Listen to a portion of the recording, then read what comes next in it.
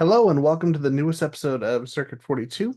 I am your host, Ian, and I am here with special guest and comic book wizard, Zachary Chapman.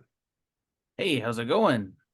Doing pretty good, man. I really liked House of Blood. You cued me into the new book that you're doing, and I'm excited to see what you do with the Spellslinger.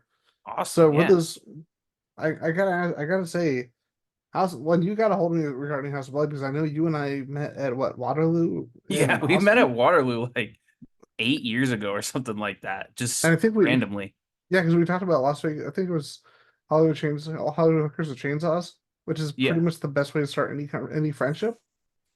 Yeah. And for those who haven't seen it, it's Linnea Quigley, and it's awesome. Um, but this has nothing to do with Hollywood Hookers Chainsaws. Yeah. This has to do with cowboys.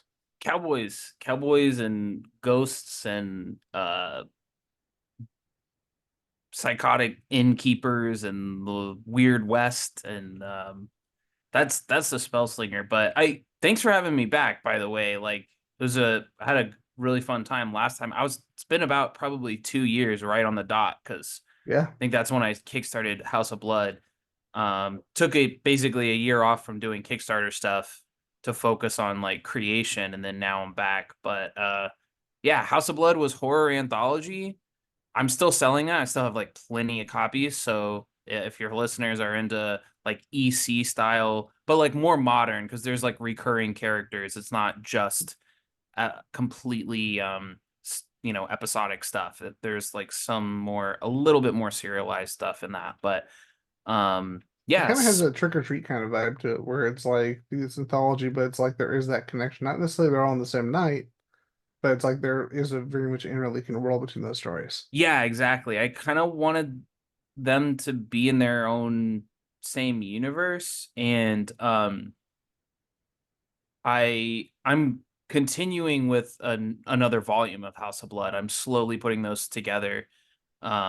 So those characters that are in House of Blood Volume 1, they're gonna be at different places in their lives in House of Blood Volume 2. So Now, um is that going to be a separate Kickstarter, or is that something that you're continuing off?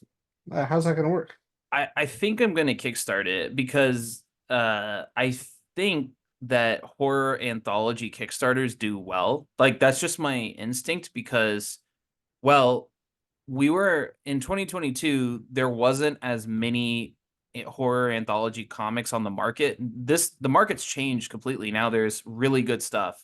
There's Creep Show, published by Image, totally good stuff.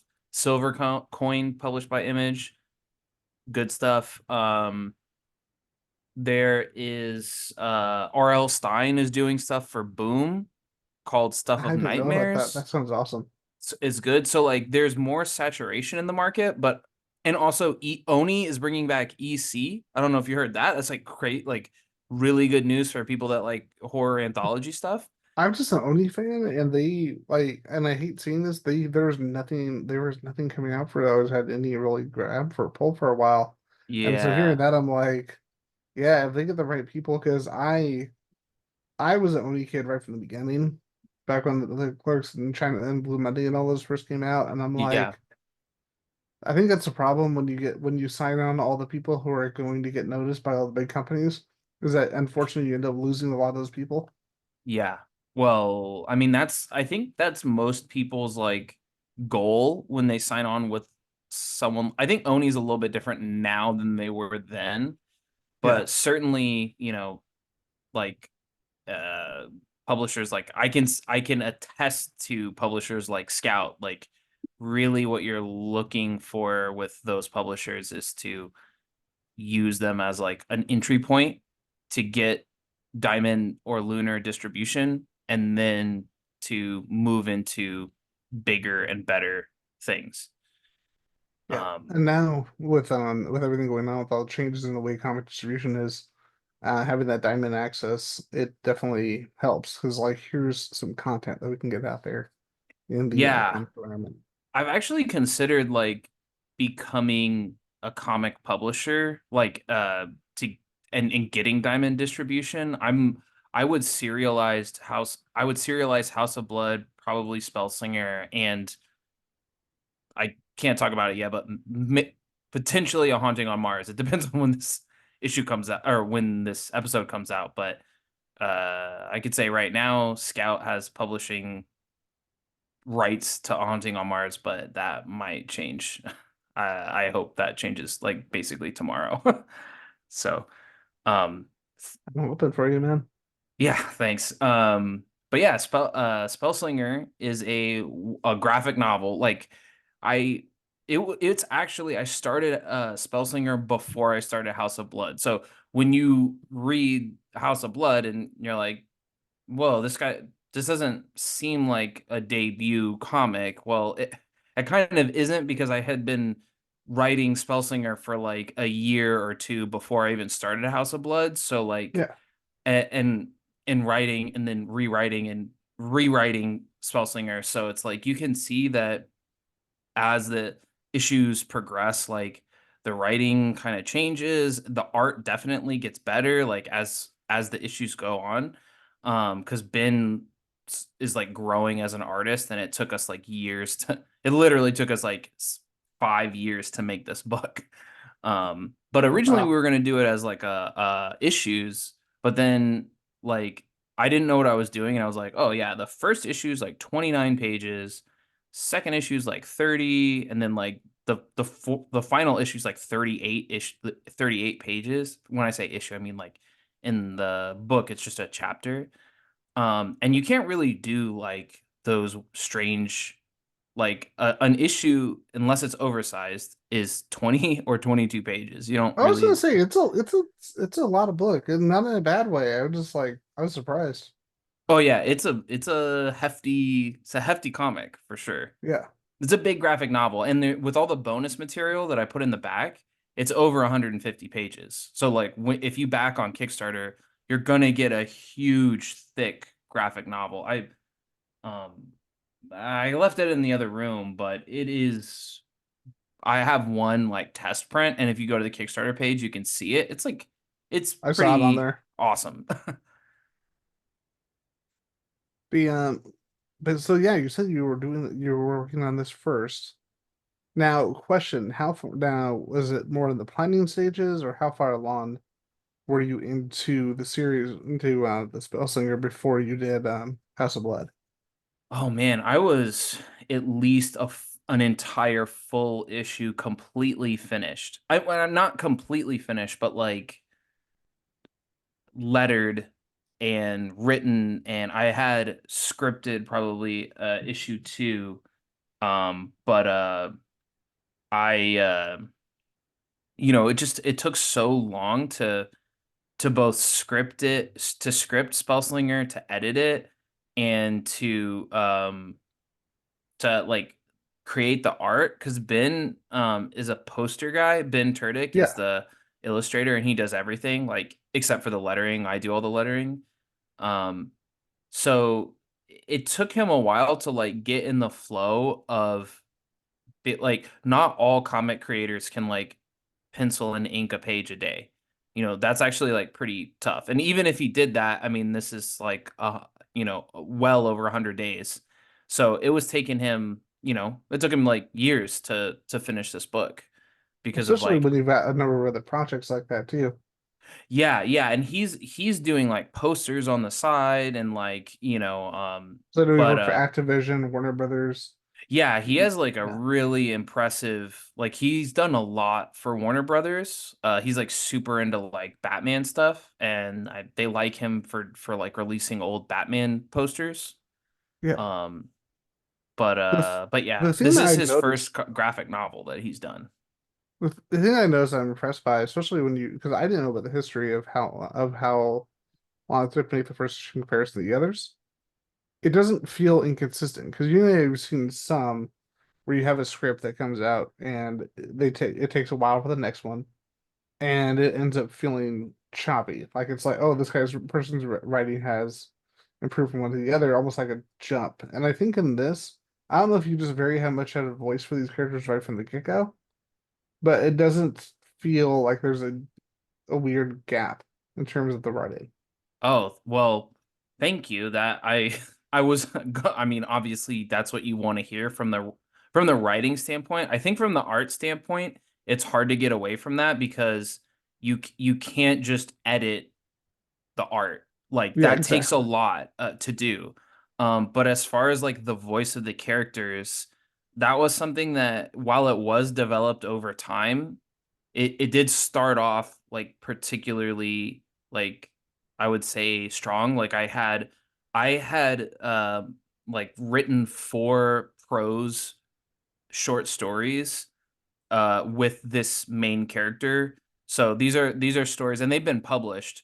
So it's like I had this kind of universe like already established in my mind, Yeah. and then also it's easier to go back and edit things for consistency at at the lettering stage, and I'm the letterer, so I don't have to worry about bugging an editor and a letterer to like to tweak things to make the where Rick ends up at the end kind of more reflective of like where he starts at the beginning, even though there is literally like a 5 year gap between when I wrote page one and when I and now. I wanted to ask because you mentioned being the letterer, and do you letter digitally or do you do hand lettering? I letter digitally. It's like I've done some hand lettering, but it's very time consuming and very difficult, and it's extremely rare. There's only like the only person that comes to mind that I know that hand letters is Ed Piskor. I know Tom Wachowski still hand edits. Like he doesn't do a lot, but he was Claremont's editor on hand letter on all of X-Men, which considering how many words that guy writes per page, I'm like, you're a patient man. Yeah, because I mean, it takes But that like was 17 years. yeah, I mean, geez, just for context, like doing a digital lettering digitally, it takes about 30 minutes or more to letter a page, right? And that Yeah. doesn't include when someone says, "Oh, I want to tweak dialogue," or "Oh, I want to move this little bubble. I want to add something." That doesn't include that. That's just like to start it and not like print prep. It takes about 30 minutes, and that's if you're good. It took me a long time to get it down to that short. And it still takes me longer, 30 minutes to an hour, I would say. And if someone has 100 pages, or if someone's doing 22 pages an issue, it's like that's 22 hours, and that's like it could be up to that, depending on how your skill, and that's for doing it digitally. That's fast. Yeah. Can you imagine how long it would take someone to like actually like draw like right, because you have to like measure it. They do have machines that they use, like they use a I forget what it's called, but it's like a called like a lettering guide, that so that's how they get the letters to look so similar. They have like a guide that like helps them with the shape of the letters. That's why Yeah. it looks like a font even though it's hand lettered, but still like someone hand doing that, like, hand inking that, I can't imagine how long it would take. I don't even want to think about it. I will say, like, things like it's interesting because you look at like when they first started doing digital lettering in comics, and it doesn't. You could tell that they're still trying to figure out everything looks very stiff and very uniform. Oh And I man. think when comic craft started coming into the fray during the 90s with Richard Starkings, that's when it's like, oh wait, we can play with with different fonts, different typefaces, and it's crazy when you look at what was being first done to what we have now. Because honestly, I'm not sure what you use in terms of your typeface, what you use in terms of your font. That's why I actually asked if it was if it was hand letter or digital, because I'm legitimately not sure.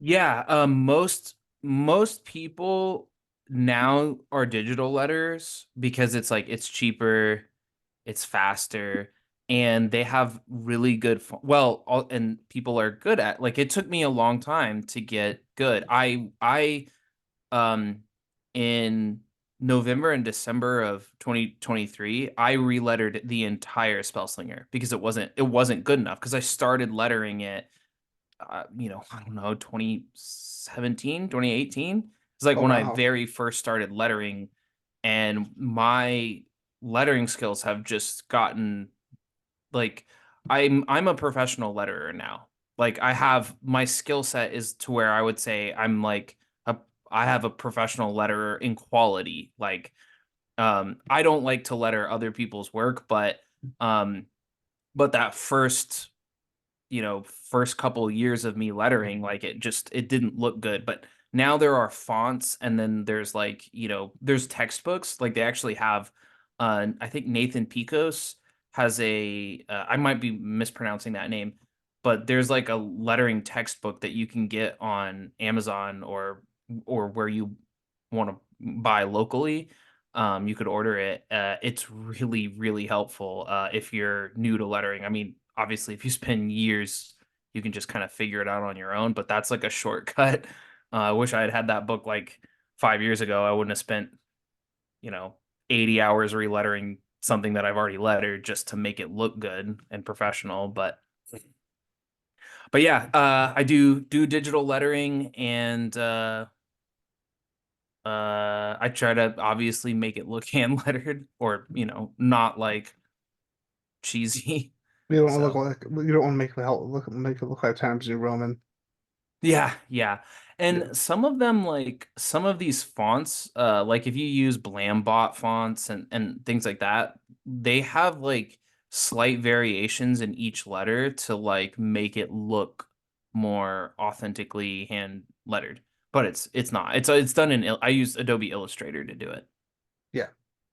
But yeah, it's one of those things. Like for me, I especially back in the day, it feels like people don't recognize. Like people look at the writer, look at the penciler, sometimes the inker, but the colorist and the letterer, people just tend to like brush by that. And I'm like, oh no, that's a lot of work. No, People don't yeah. understand how much work that actually is. I would say I like how you were talking about how when we first started, like when we went from I mean, I'm not I'm not that age, but like there are people who are like 20 years older, people in their 50s that went from hand lettering to digital lettering. But when they first started doing that, it looked bad. And it's actually worse for colors. So like in the 90s, at least in my opinion, there was a lot of stuff coming out that had like this digital airbrush look. And all I gotta say is like it's not for me. I know some people might have like some nostalgia for it, but like the early digital coloring for me is like, man, I want y'all to just recolor that. Because the colorists now are incredible. Like Boom Studios, like everything Boom puts out, I mean, they have like the best colorists. I mean, For they're like me, as good as DC and Marvel colors. I'm just like blown away every book. for me, Laura Martin is still the best colors in comics. Laura Martin, I'll have to look. Who do you know Oh, what they you know Laura Martin. Perfect example, Civil War for Marvel, the Oh original yeah. Civil War. Yeah, she Not did yeah. that. She did she did The Authority with Brian Hitch and Warren Ellis. Hmm. She did the Astonishing X-Men with Joss Whedon and John Cassaday. Like she's there's some level and then there's another level entirely. You know what I mean? Yeah, there's one that I really like is Chris O'Halloran. He actually You know what? um Here, I'll show you and everybody else. Um,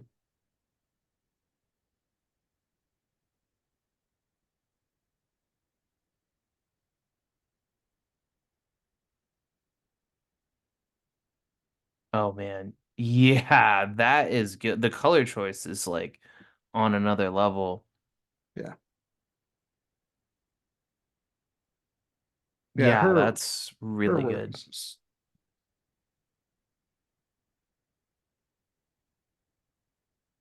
but yeah, you can see why for me, like she's that next level, like you said. Yeah. But but yeah, I think it took a little bit to get from, that I guess the original color separating and those original color process to digital, and then where we're at now is just like on another level. It's just like incredible. Yeah, I think with me, like her and the people at CrossGen back in the early Hmm. 2000s, Hmm. They kind of, for me, they kind of created that modern coloring technique. Yeah. Like I know we had colors before, and I'm not gonna lie, I'm still nostalgic for liquid. Like the First looking different in that because I'm sorry, I like the shiny look, and I know that people are like, oh, it's just a thing of its time, and I'm like, yeah, I know, but nothing looks like it. That like yeah, I mean, I will just say I think it took him about 10 years. Like that 80 like late 80s, early 90s. I'm like, "Oh, I don't know about that." But then once you get to 2000s, pretty good. But Pretty good. yeah, the I'm trying to remember the name of the colors, but he did Generation X by Scott Lobdell, Chris Pichello back in the early '90s when they first started that series. Hmm. Because, like you said, so many colors at the time were trying to do that everything has to pop, everything has to be super shiny. And it's like, no, we can do a story that actually uses those more down to tone colors because it's like, no, you don't have to always have that. Yeah. Like you can just have a good looking look. And if you've ever seen or if anyone's ever read Scott Pilgrim, of course they have, but the colorized version of Scott Pilgrim, he actually hired the colorist for Generation X on the first couple issues. I need to check that out. I read it before it was colored. So Yeah, I, but I definitely need to give it another shot. Like, well, I mean, I read the whole thing, I loved it, but and then like a year later they colored it. the Had I just waited. I want to say this. I've saw the Netflix series. I need to finish it, but I've got to see part of it, and I'm like, this is cool because I know a lot of people are like, oh, it's not like the original. I'm like, it is like the original, but Scott's an asshole. Like even in the movie, even in the movie and the comics, Scott's an asshole. It's kind of the point, Yeah. and it's I kind of cool to have haven't a lead who's not a total asshole in the yeah, I haven't series. seen it yet. I'm like I'm looking forward to it. I don't have Netflix right now. Yeah, But once I restart Netflix, that's like on one of the first things on my to watch list. but yeah, that's definitely worth checking out. But I still need to watch Blue Eyed Samurai. Like everyone I know is like, what the hell's wrong with you? Because I have Netflix and I still haven't watched it. I'm like, you know what? I can't blame anyone else but myself for that one. But yeah. So this is exciting, man. This is your well, technically it was your first comic, but to see this coming out with your second series, um, I gotta say, what is it that made you want to go with the Weird West? Um, I kind of had always thought about the Weird West like ever since I was in middle school. I picked up The Dark Tower when I Good was choice. in like seventh or eighth grade, and like it was such a strange world to me. And Yeah. I think there are some criticisms of Stephen King that like I agree with, but like as it was just really uh I don't know, I was impressionable at the time when I read it. So, that was a that kind of iconic setting and character was something that I really thought was cool. And then the other influence, and this is like from when I was a child, right? So, I mean, those are things that I was like kind of daydreaming of, not necessarily Roland, but like characters like Roland. And then the other thing that was like very influential on me when I was young was stuff um like was that Outlaw Star was like really influential, Oh and yeah, so they that had was these first fun. caster pistols Yeah. that shoot magic spells. And so I wanted to kind of like combine that and like Final Fantasy games where there's like these mages that like can cast spells, and so like I wanted to combine both of those elements ever since I was like very, very young. And I could never like I would start projects like just prose projects, not comics. And I could never really figure out how to get that character to work, and Yeah. uh then maybe like came across I started reading the Witcher novels, and I really liked those, and I was like, okay, well, and then George Alec Effinger, who's like who also has like this guy. It's like a he's like a cyberpunk guy, but I kind of wanted to combine like a lot of genres together, and that's basically what Spellslinger is. It's like literally Western horror and fantasy. Like it's all of I, that stuff. I'm actually surprised you didn't mention Jonah Hex by Joe Lansdale and Tim Truman. I I never read Jonah Hex, and I'm a huge Lansdale fan. However, I he's not an influence on me. So I Yeah. got into Joe R. Lansdale after I had the concept for the Spellslinger. Like that was something that like I read afterwards, and I really dug it.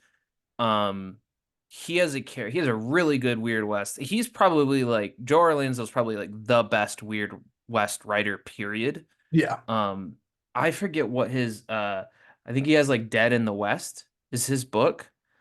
I can't remember. We interviewed him probably about 10 or so years ago. He's Um, awesome. He's like the and nicest guy. he really is. I always Yeah, remember him before. I remember I first saw his name on Batman the Animated Series. He wrote a few episodes with him. yeah, I did. Yeah. Yeah. Um he wrote like Hap and Leonard.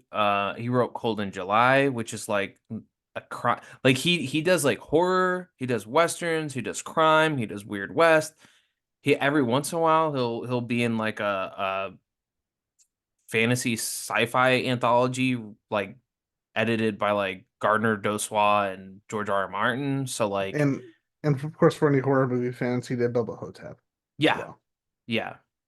So the guy's a legend, and he's also like the nicest person. Also, he's also Texan. So Yep. Like he's Texan. yeah, But yeah, the that was it. My vibe that I got was actually the this Jonah Hex stuff because most people don't talk about it. It's just cool. I have to give it a shot. I didn't even realize he wrote Jonah Hex, like the comic. Yeah, he did a three miniseries. There's actually a thick trade that collects all of them, I and it's mean, Timothy Truman drew it. And if you that ever, sounds awesome. yeah, if you have the Batman Under the Red Hood and they have the animated short with Mhm. Jonah Hex, he wrote that. Cool. I'll. Yeah, I don't think I've seen that. Yeah, it's yeah. good. He's prolific. Thomas Jane is the voice of Jonah Hex. Cool. Yeah, man, I'm embarrassed. I need to get on my Jonah Hex. Yeah, Linda, I think, yeah, Linda Hamilton. Oh, yeah, it's Joe Lansdale, Justin Gray, and Jimmy Palmiotti. They co-wrote it together. And I'm not just gonna lay out the cast for you right now. Thomas Jane, Linda Hamilton, Michael Rooker, and Jason Marsden. Like all-star cast, like triple A cast. Yeah, and Michelle Trachtenberg. That's the entire cast right there. And Nice. I'm like, I've seen the pictures. Have you ever seen the pictures of Thomas Jane as Jonah Hex? I have not. You know what? We're doing Weird West. I'll pull this up. I will say this is what I like about the Zoom video format a lot more than the audio format. It's fun to play with. Yeah. Here, I hope you don't mind. Oh no, not at all. Yeah, he has wanted to play this forever, and the fact that he's hasn't is very annoying.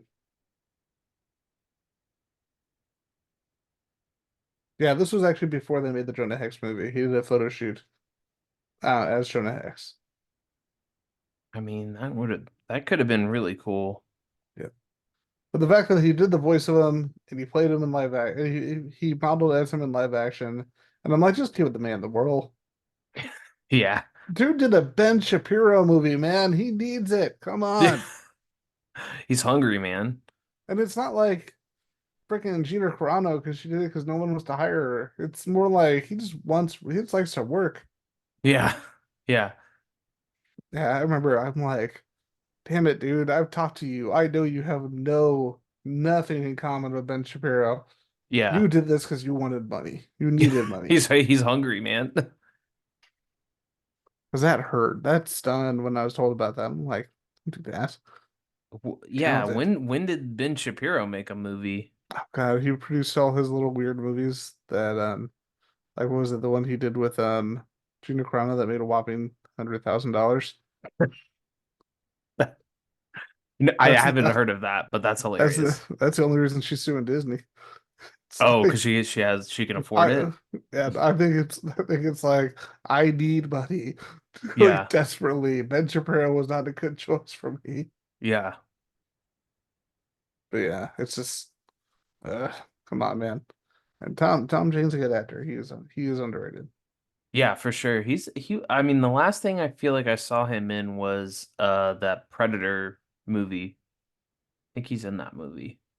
Yeah, because I Uh, think he was also in like he's done a lot of stinkers lately. Like he was in the weird movie Money Plane with Oh yeah, yeah with Kelsey Grammer and the Lawrence brothers. yeah, Yeah, I'm like yeah. stop that, stop it. Like it didn't No, even like make it to theaters. no, it did not. It made it to Hulu, so that's Yeah, pretty good. I kind of want to like put it on just to see how bad it is. Oh God, wait, have you never seen it? No, It's just a good I stuff. saw clips of it on someone referenced it on a show that I was Double watching. Toasted. Because I It remember they showcased it on there.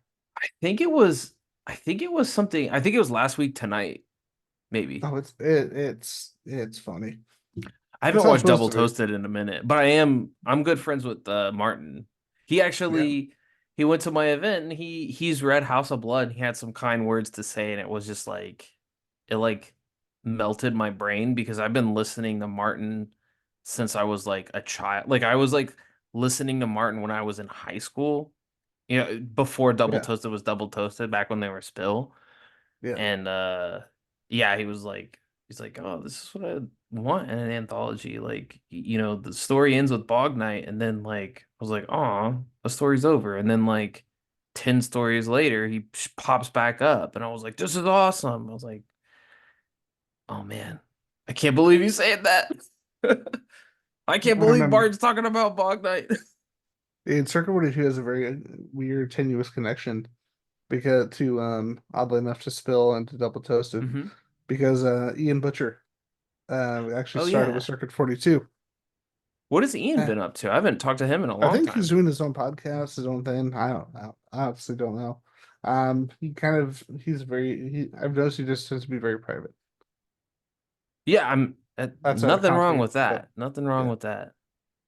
Yeah, I've gone, dude, when I first came to San Antonio, I was doing media for like 5, 6, 7, 8 conventions while I was Yeah. also working. And I'm Oof. like, this is a terrible idea. Yeah. And especially post COVID, it gave me a chance to be like, I'm going to sit back. I don't have to go to all these shows. I don't have to cover all these shows. Yeah. Because after that, I'm doing doing the podcast. And yes, I'm my co-host, but I'm doing the editing. And that in itself can take a lot of work Oh out of you. man, yeah. I used to edit a podcast and it's definitely a young man's game editing podcasts. I'm I'll only say that. I'm only doing one show now. I'm gonna be doing the Fan Expo this year. hmm Yeah, I stopped and even that one I'm not actually covering as press. That one I'm like I want to be able to go to conventions and actually just have fun at conventions without Yeah. having to worry about writing the review and all that. Because I'm like, especially because with the media passes, unless you're at a small con or unless you know somebody, media passes only get you so far in terms of flexibility for content. Yeah.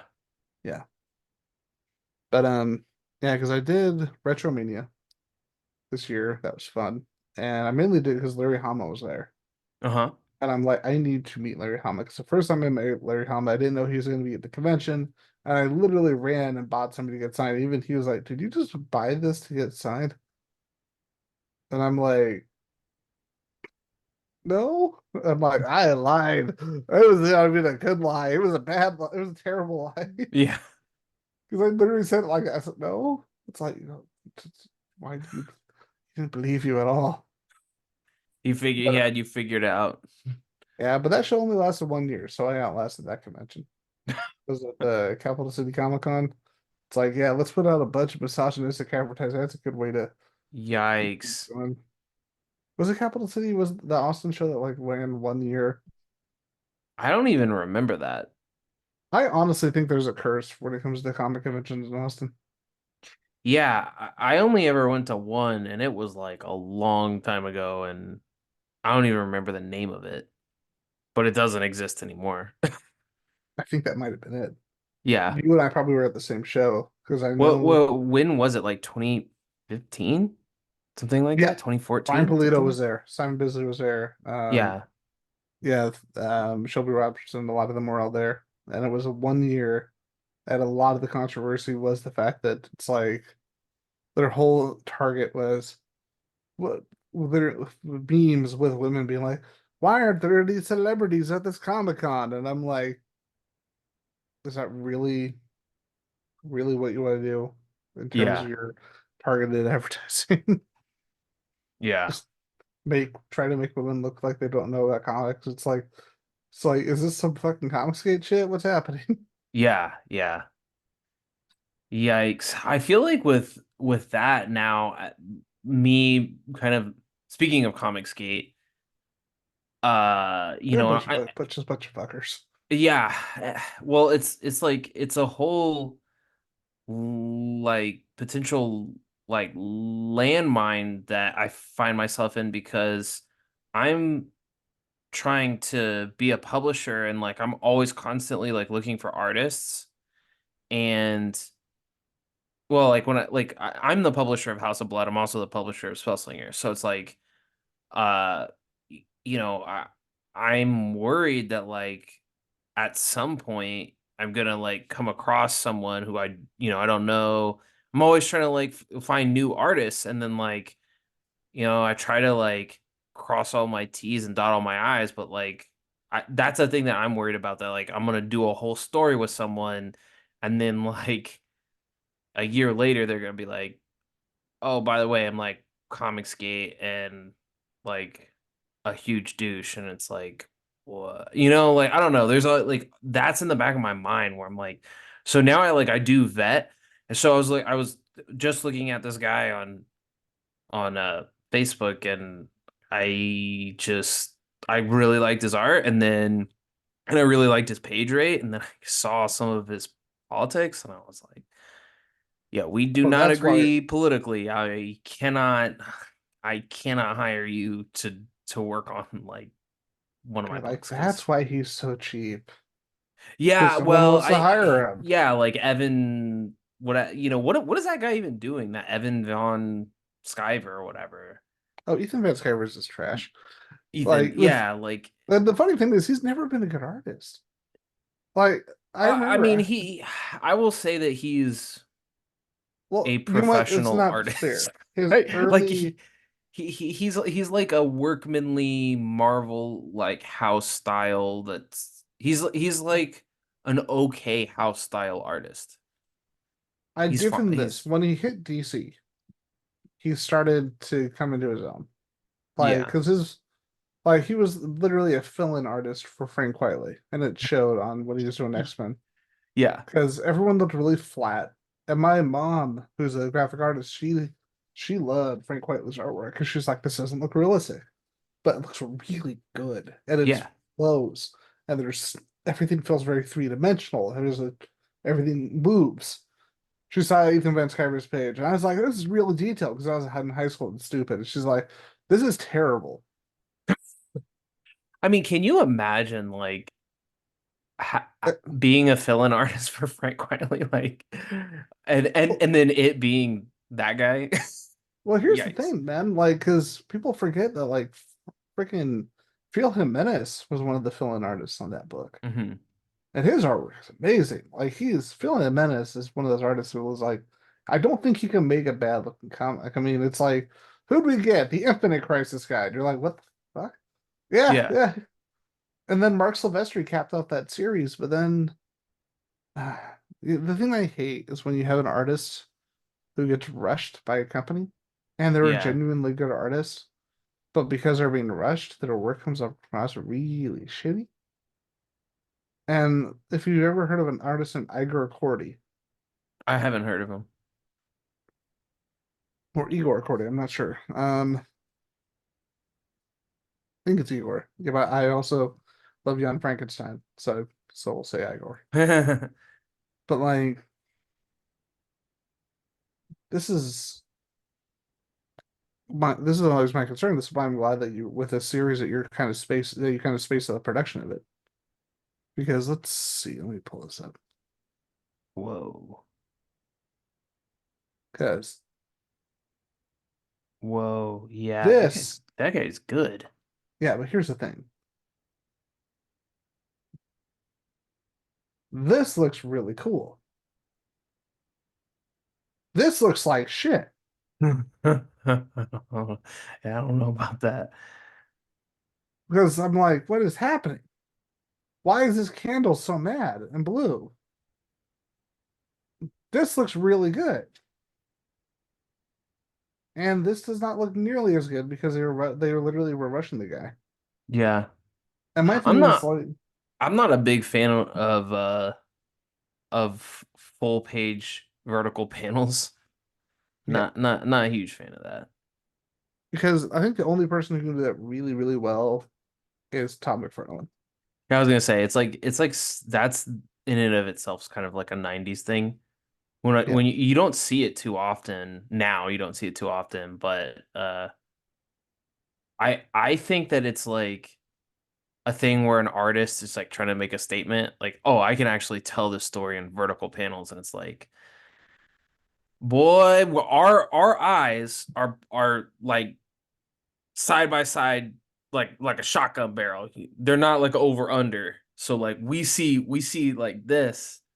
yeah. So I don't know. I, Maybe I'm overthinking it. I've got a question for you hmm because I know in the early 2000s they started really doing the widescreen books, like starting with we mentioned earlier Brian Hitch. hmm And Brian Hitch on the Authority and Ultimates. That's when we started doing that widescreen action. And then recently we've kind of gone back to the 9 panel grid because it started with a lot of Tom King's co-creators. We Yeah, kind of went back to that 9 panel grid and what I call the one. I know it was not established for Watchmen, but that's why I call the Watchmen style. it is the Watchmen style. It definitely is Now the Watchmen style. I have a question for you in terms of that. What do you think of the 9 panel grid in terms of a creator? I think 9 panel grids, unless you're Alan Moore, are overwritten.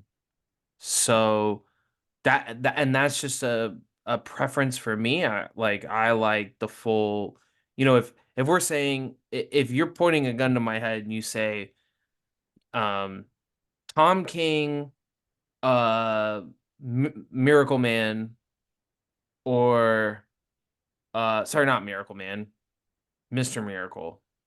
Sorry about I'm that. a huge Mr. Miracle fan. I'm gonna let you know that right now. Yeah. If you point a gun to my head and you say Tom King and Mitch Garrett's that, or uh Darwin Cook, like I'm gonna say Darwin Cook the New Frontier. Because I don't know if you noticed, like a Darwin Cook's The New Frontier, it's basically 3 panel full width. Almost every page is like that. And it's Darwin Cook like, was on another level though. Like that is someone who can never be taught at all. yeah, I mean,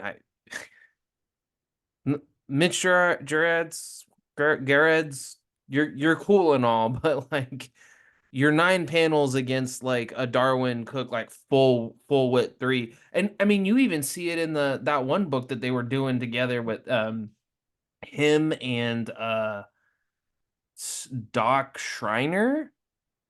They was doing a Tom King book, the Strange, was it Strange Adam Adventures? Strange, I will say in terms of contrast and art styles though, that worked really well for what they were doing. No, I agree, but it's like uh I just feel like the art styles are so like I just really like Dot Schreiner Yeah. or whoever that like that artist is like like eye-poppingly like whoa, you can do anything. Like you can literally do anything and it looks cool. Like full crazy battle scenes with a bunch of different alien races, people like riding giant lizard dragon things fighting each other, and then you have like a drama that's taking place now that's like Mitch Garrett's, and it's like that's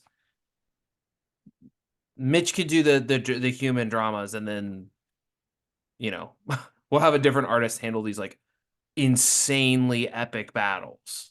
Yeah. Um, but yeah, I'm not a huge fan of. I actually stopped reading that book because it was like I was like, is this war propaganda? Like what is this? Like what is Tom King a psyops? Like is he a like a CIA plant into our industry? I don't know, man. I Tom don't King's know. interesting, like, because if you like, he still is working through he still is working through his PTSD, Yeah, which is for something that will sure. last. That's something that lasts forever. You know, Yeah. people don't realize that because there are people like, oh, all he writes about is PTSD. I'm like, you don't know how that works, do you, buddy? Because it's not something that goes away. Yeah, Like, I mean I think but I I'm like not talking about you, but I'm talking about people.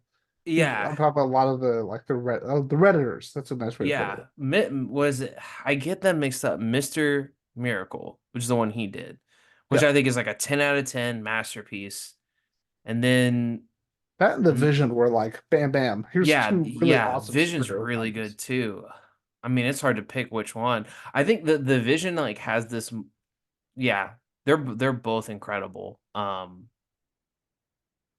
But yeah, I have to say, well, about 9 panels, I do think it just gets samey. Unless like actually like if you read I will say this though for 9 panels, if you're like the webtoons format, or if you want to like read something on Comixology, 9 panel format, perfect. Yeah, Because look at this phone.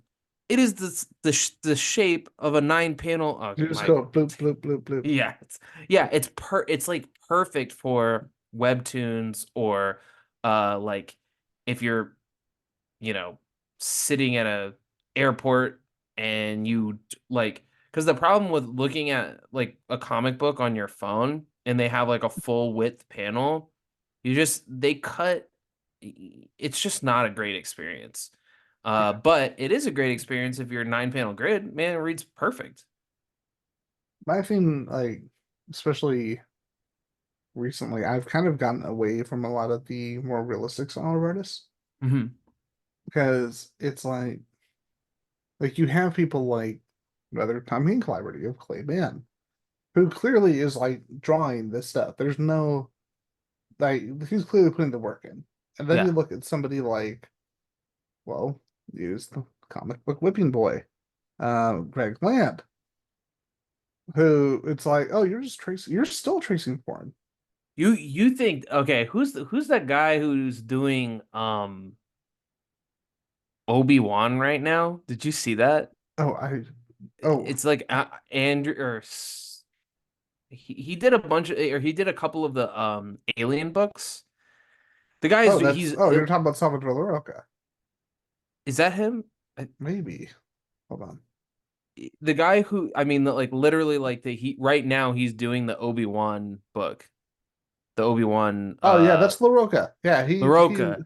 he literally just uses remodeling for all his artwork. He is so fucking lazy. Bro. Bro, what are you And doing, man? I remember him blaming the colorist for his work Don't you not fucking looking good. blame the colors. Don't you fucking blame the colorist, dude. And here's the funny thing: there was one time where I'll kind of defend LaRocca because he said something that he shouldn't have said at all. He basically blamed the colors for his artwork on X-Men. And then he actually made a comment of her being, why is the art so bad? You're a female artist. You're a female colorist. And I don't know he said what he you mentioned her being a woman, but here's the funny thing. at first I was like, Wait, what the fuck did he say?" And then when I started to do more and more research, I'm like, "Wait a minute, he's just doesn't really." It's also a language barrier because people do forget that he is from Spain and Yeah. his English still is not perfect. People also tend to forget that all of the peak comic colors, almost all of them, are women. Yeah. Yeah. So Like he wasn't the in it best was comic colorists are yeah. on So he was average. I not, mean, women can see more colors than men. Isn't that like that's like on but his average? whole deal, like he was actually trying to speak, he was both speaking negatively and positively because he was like, "Oh, you're a female comic colorist. I would assume that you are better, that you are like this awesome comic colorist, and most of the best comic colorists tend to be women." But the problem is he was also bashing this person, and then he put that in there without context. And I'm like, you Yeah. literally made it Yikes. sound like you were targeting her negatively because she was a woman. Yeah. And it's like, first, don't blame people for your artwork. Yeah. Second, what the fuck? Yeah, man, don't blame the colorist, dude. Come on.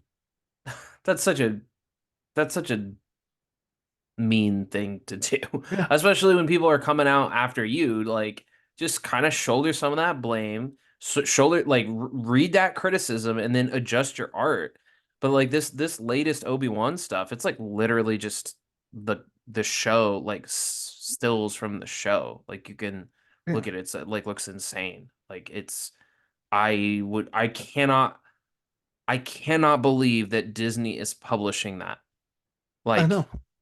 And the thing is, it's like shocking to me. It looks so unprofessional, in my and the opinion. and do me a favor. Look at Mike Diodato Jr. Everyone knows Mike Diodato Jr. He Yeah. he has that very similar style of artwork where he's clearly referencing real people. And we've had Diodato on the show like 3 times. But Diodato, he also knows how to draw. Like he is not shy about saying, yes, I Tommy Lee Jones is who I reference for Norman Osborn. But it's never a traced photo. It's more like I'm going to draw Norman Osborn, but he looks like Tommy Lee Jones. Oh yeah, I'm looking at this dude's inks, and there's Oh, and Diodato inks all of his own stuff too. yeah, like this is. This I is mean, like the good version of Loroca. look at his like his Hulk. Like there's no reference for Hulk that looks Yeah, like that. Like there's no human being that's that jacked. Like that looks that's awesome. yeah. Um, he just finished. We actually brought him on because he was doing the Flash with Cy Spurrier, and I was like, I'm going to get a hold of Mike right now. I don't know. He might be say no, but I'm going to get a hold of him right now. We managed to interview him 2 days before drop date for that book, which is still like that kind of luck where I'm like, I don't even know how the hell that happened. Yeah. And the funny thing is, if you look at his Flash, his Flash is Chris Evans, Yeah. but it works. But it never feels like he's tracing or using like 3D graphics to like do a weird ripoffs of Chris Evans from movies. No, it doesn't. And the way he inks stuff, it's like it's interesting. It doesn't Yeah, look like he's just popping on a filter in Photoshop. yeah. LaRocca. After we're done, I'm gonna show you some of Salvador LaRocca's work from back in the '90s, so you can see how far he fell. Because I realized we're an hour in, and we've Yeah. actually covered a lot. But I gotta ask you, this is exciting, man. It's your second book, well, technically your first book, but it's your second book coming out. And Spellslinger, you've got 105 backers. You're exceeding your goal as of right now. Actually, 71 backers currently, 24 days to go. And your goal date of March 28th. Um, this is Yeah, awesome, I man. hope I hope people check it out. I worked Ben and I worked very, very hard on this for a long time. Also our editors, like Adam Jackson, worked a ton on this with me for years as an editor. Anita, she was a really awesome copy editor. It's a long time in the making.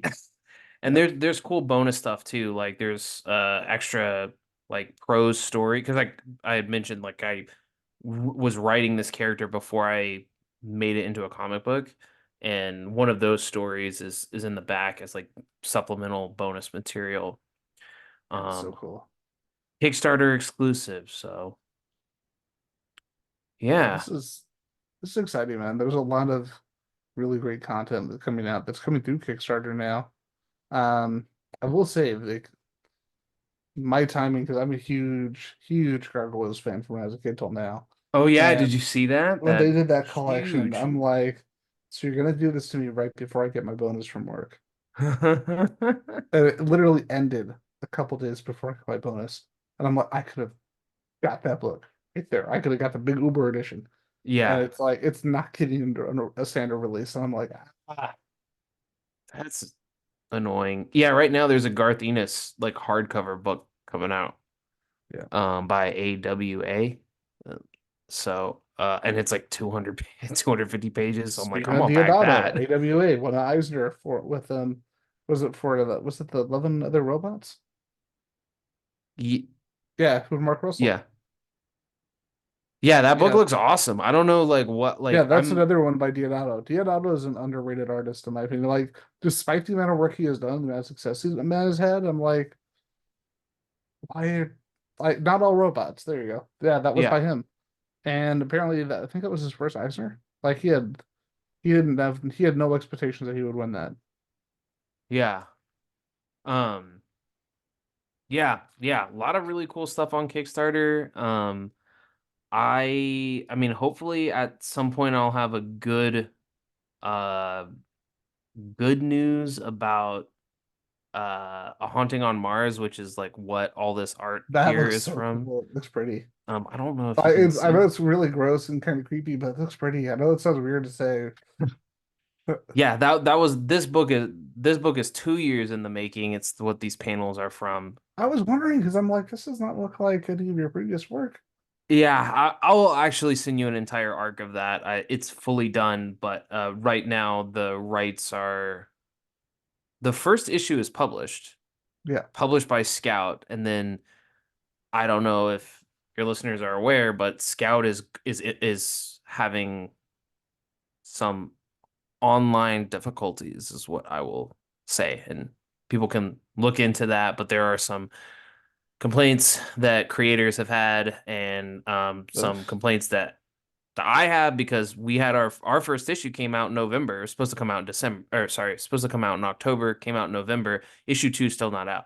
This book's been done for over a Jesus. year, like fully. All five issues are completely done, and so there's no like problem on my end producing like all of my stuff, all my deliverables, the whole team's deliverables. That's all done, and it's not out yet. So basically we're a lot of creators are experiencing the same thing that I am with Scout, so they're doing things like asking for their rights back. And I will say I my book sold, it earned back its print run. It's not like it wasn't making any money. So I anyways, I'm gonna leave it at that because I don't want to like Yeah, get that's into a the whole weeds before another. Yeah.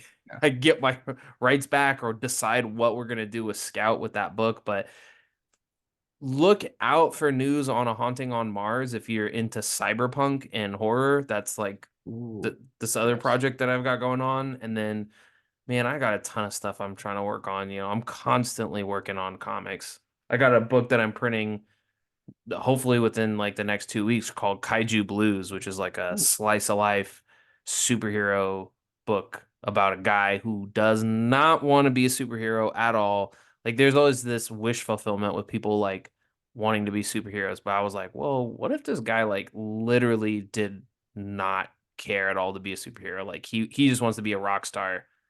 And any superhero type stuff is gonna get in the way of that. So, so anyways, Zach, have you given up on sleeping? I have. Not to mention, I have a daughter too, who's a year and a half. So I have completely given up on sleep. I gave up. I stopped drinking because I that was really easy for me because I only ever drank socially. But like I was like, well, if I want if I if I don't drink, then I could make more comics. Because I'll There be you go. less sleepy. I'll be able to, stay up 30 minutes later every night writing and lettering and editing and talking to artists and coordinating shit. So, They're like, leave us alone. We're trying to sleep. yeah. It's like, no, I'm awake. No, I'm awake and I'm making comics for the rest Yep. of my life. Well, I there you hope, go. as long as I have money to make comics. It's not a cheap hobby. But there it is though. But yeah, I'm happy for you, man. You're living the dream. You're doing what you want. You're Thanks, making man. things work. Um, Beyond that, thank you again for coming on the show. Thanks for having me. Dude, like for one of those, I had such a fun time doing the interview with you last time. I'm like, oh, you got a new comic? Cool. Do you want to be on the show? Okay. Um, Anytime. but yeah, man. So you got Spellslinger coming out. We already exceeded that first goal. Let's keep it up. Let's keep it going. And yeah, got that goal date of March 28th. I'm Cool. excited Yeah. for you, man. Thanks. And I will see you next time I have a book coming out. Sounds good. With that, I wanted to say, before we get everything wrapped up, where can people find you? Because we've established your Kickstarter, but where can people find you Oh, on people this can crazy find internet place? cool, cool. People can find me on Twitter and Instagram at Chappy Zach. Facebook.com is like, I think it's facebook.com/ch4ppy, or just, look up Zach Chapman comic or um, House of Blood. So House of Blood is a bit like I wrote all the stories. I co-wrote one of those stories, but it's like a bit where I act like I didn't write any of the stories and there's actually no credit to me. So it's like kind of a mystery as to who's writing that. But all my other story, and so It's you, Zach. it's Everyone. me. It's the guy who's selling these books. Yeah. um, You're but not just some yeah, psychopath. A Haunting on Mars and Spellslinger actually like I have a byline on those books. So Yeah. just Google Zach Chapman comics and you'll probably be like the first couple hits. But follow me on Instagram because I'm constantly like posting stuff about comics there. And with Circle 42, and with me, you can find us on Facebook and Instagram. We were on Twitter, but we couldn't stand the musk of it all, so we decided to back off of that. Good. And you can listen to us on Spotify, Google Play, and iTunes. With that, it's been fantastic. Thank you everyone for listening, and have a great night, everyone.